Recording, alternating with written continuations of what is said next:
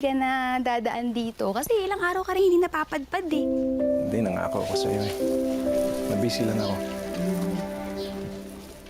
Salamat.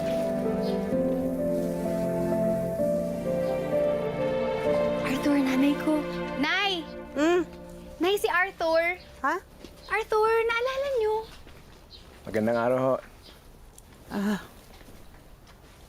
Ano ko naman malilimutan? Ito, nagdala siya sa atin ng pasalubong para sa ating lahat. Aba, Jasmine, ang sweet ng suki mo, ha? Alam ko yung ginagawa mo, ha? Gusto ko lang sabihin sa'yo, papunta ka pa lang, nakailang balik na ako. Gusto kong sabihin sa'yo na itong anak ko, hindi yan kasama sa mga bulaklak dito na pwede mong pitasin at iuwi. Mahirap lang kami.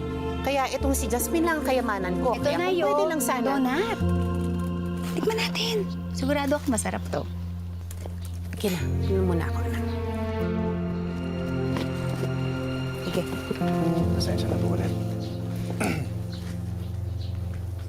Arthur, pasensya ka na sa nanay ko, ha? Okay lang. Sanay ako sa mga nanay. Ganyan din yung nanay ko eh. Uy, buti na banggit mo. Ito, oh. Pwede ko siyang ipagpitas ng mga to.